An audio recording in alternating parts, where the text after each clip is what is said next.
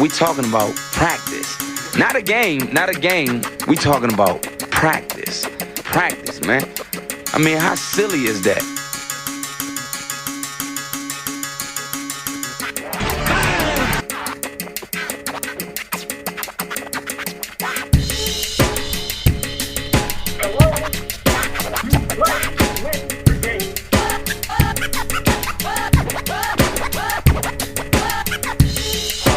Just a bit outside.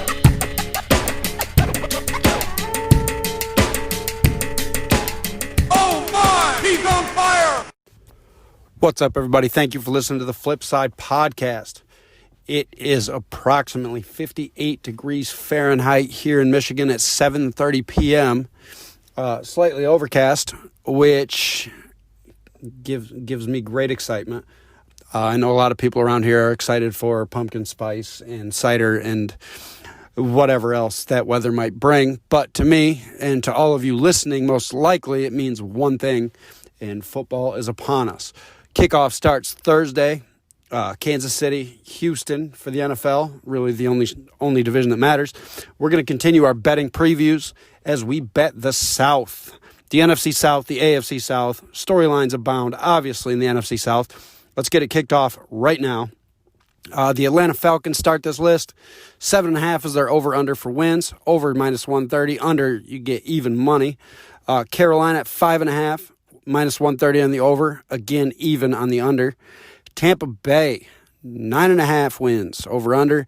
Over is -150. Under is +120. New Orleans is 10.5. Over -125. Under -105. So, one that sticks out to me is the Carolina Panthers. I know that 5.5 is a low number, and I know that -130 is not great, but I have high hopes for the Carolina Panthers this year. New quarterback, Teddy Bridgewater, a little different than Cam Newton. Cam Newton was riddled with injury his last couple of years, and it seemed that the coaching staff, the offense, a lot of things were just not going right in Carolina, including the defense. Ownership change, all that kind of stuff. They brought in a new man calling the shots, Matt Rule. They've obviously still got Christian McCaffrey. Cam is out. Kuechly's out. A lot of young guns there, but the reason I like them is I like Matt Rule. Matt Rule has turned around everywhere, every program he's been a part of. Most recently at Baylor, where he flipped that program on its ear in less than a year. Came in with a lot of accusations, allegations, sanctions, all that kind of stuff from the Art Briles era, and really turned it over and made Baylor respectable. And we really thought that Baylor was going to take a couple of years to get back to being Baylor football, which was every now and then it was a powerful force in college football. But the personnel change that I really love for the Carolina Panthers is Joe Brady. Joe Brady may not get the headlines. He may not be the name that you know, but he was the passing game coordinator for the New Orleans Saints 2 years ago, and more recently was the offensive coordinator for the unbelievable LSU Tigers. I think he comes in, he implements a little bit more McCaffrey in different ways. He's going to open up the offense to Bridgewater a little more than maybe the Saints did in relief of Drew Brees, and I like DJ Moore to have a good year. I like Christian McCaffrey to have another good year, and I expect their defense to take a little bit of a step forward. Brian Burns in his second year, that kid's going to be a stud. Derek Brown they got from Auburn, the rookie, defensive tackle. I like the Carolina Panthers. I don't love the Carolina Panthers, but I like them to go above 5.5. Tampa Bay, obviously, no need to recap, but we will. They brought some pieces in. You may have heard. Tom Brady at quarterback replaces Jameis Winston. Leonard Fournette comes in at running back. Rob Gronkowski comes in at tight end. And they bring back Mike Evans and Chris Godwin. I love the over for Tampa, even though 9.5 is kind of high. -150 is not great. This team's going to be good. Don't listen to what people are saying that they're overhyped. They're not. This is the real deal.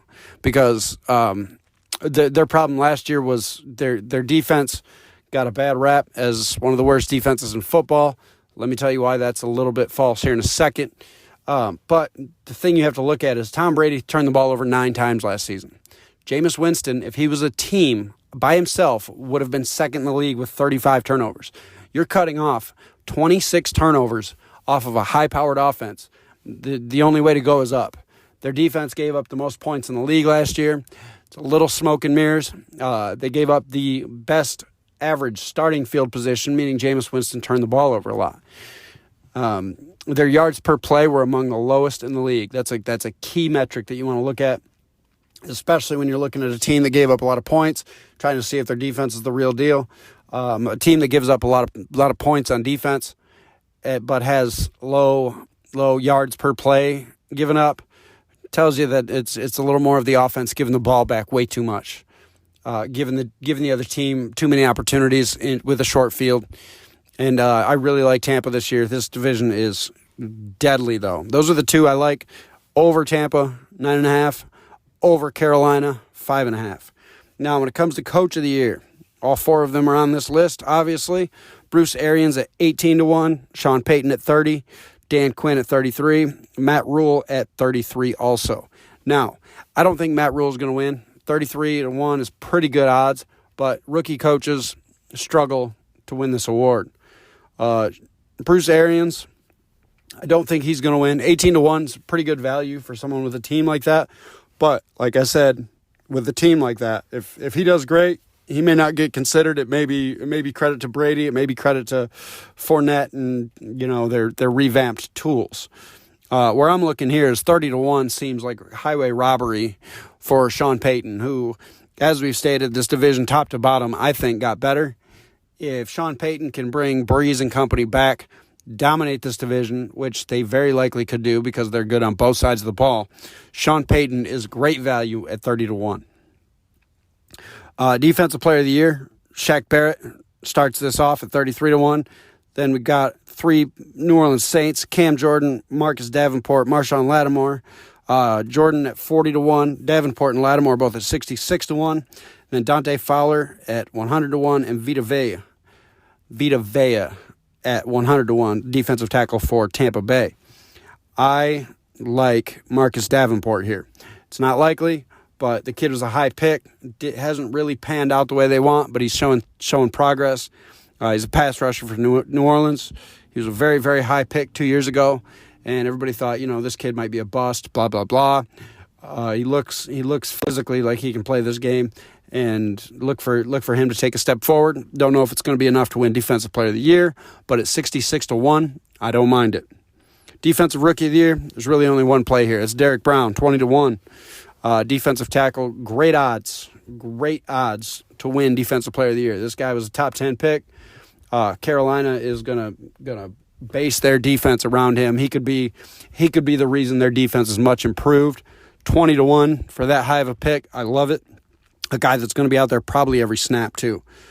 Offensive Rookie of the Year, not a lot to look for here. Keyshawn Vaughn was 16-1. I don't love him anymore. I'd stay away from this division for offensive Rookie of the Year, just because he's a running back for Tampa, and not only do they have Ronald Jones, but they brought in Leonard Fournette. I don't know that Keyshawn Vaughn sees the field much this season. Comeback Player of the Year, there's really only one option here, and that's plus 700 for Gronk. Love it. A lot of guys don't have to do much to win this. Gronk's one of them. Cam Newton's one of them.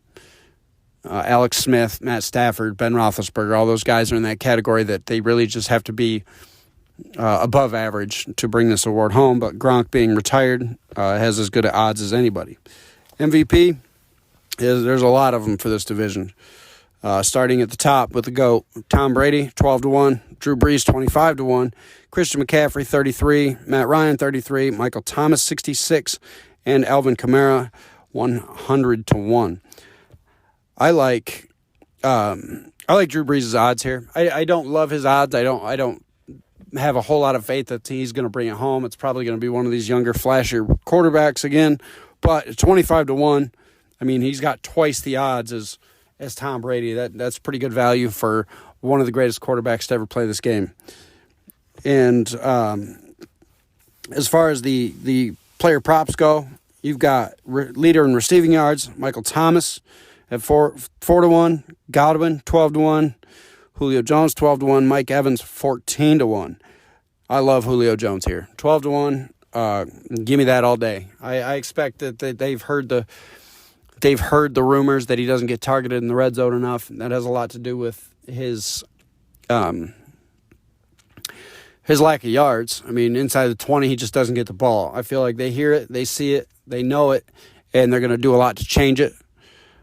I think Julio Jones is really the only value on this prop.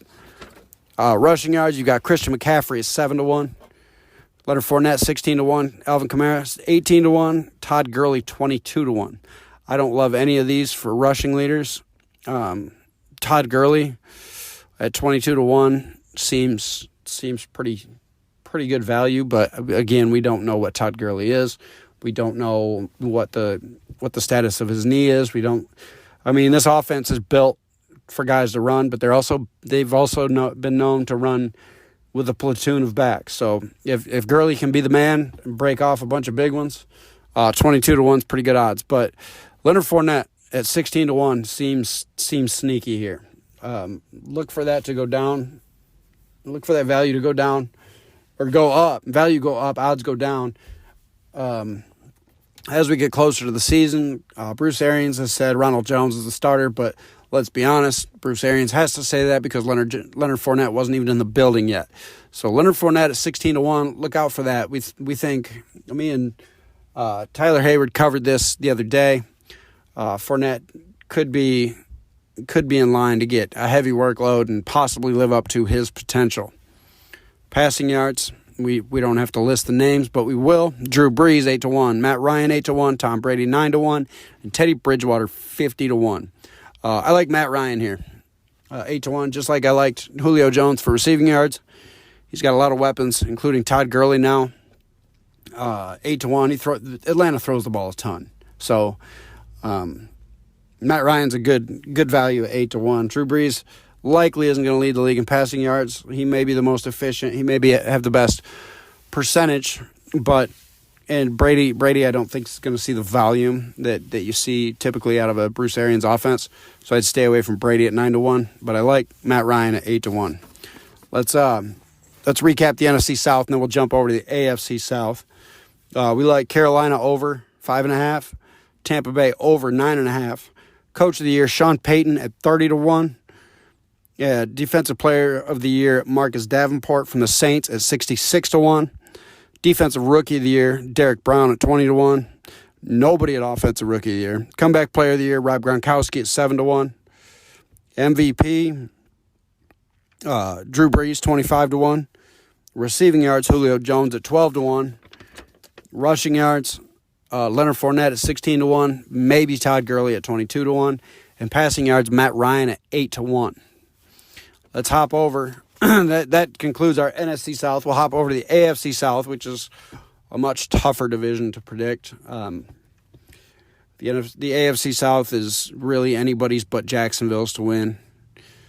So let's kick it off with the win totals. We got Houston at 7.5, Indianapolis at 9, Jacksonville at 4.5, Tennessee at 8.5.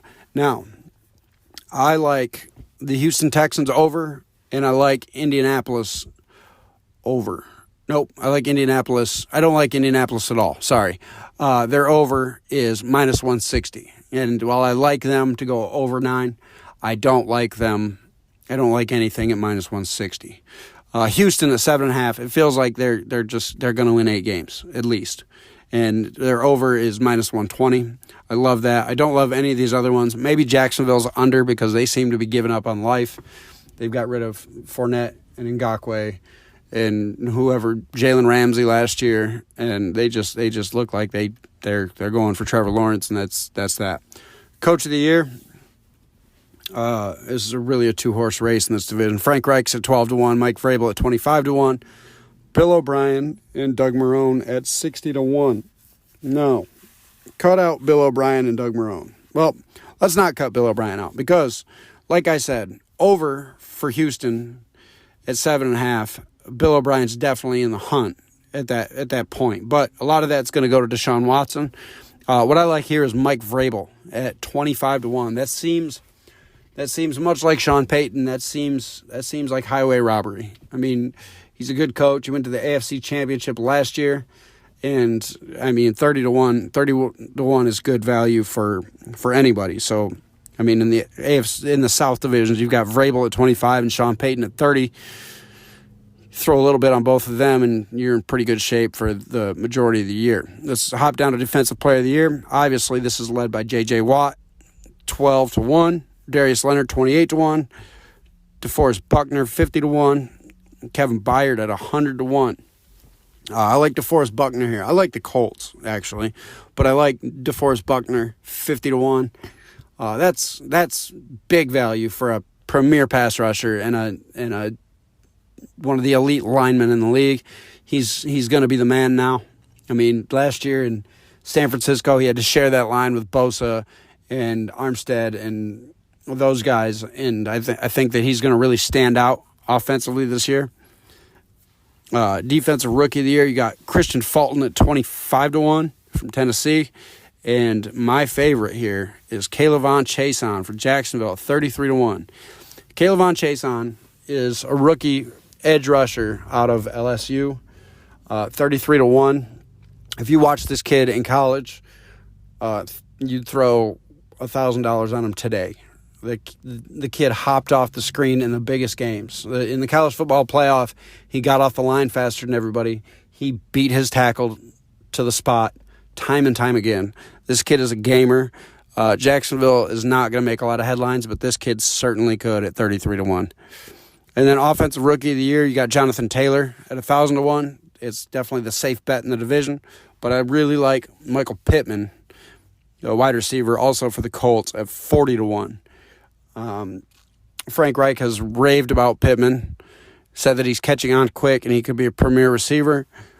Taylor's going to have to share time at least to start with Marlon Mack. I really like Michael Pittman here out of those two. MVP,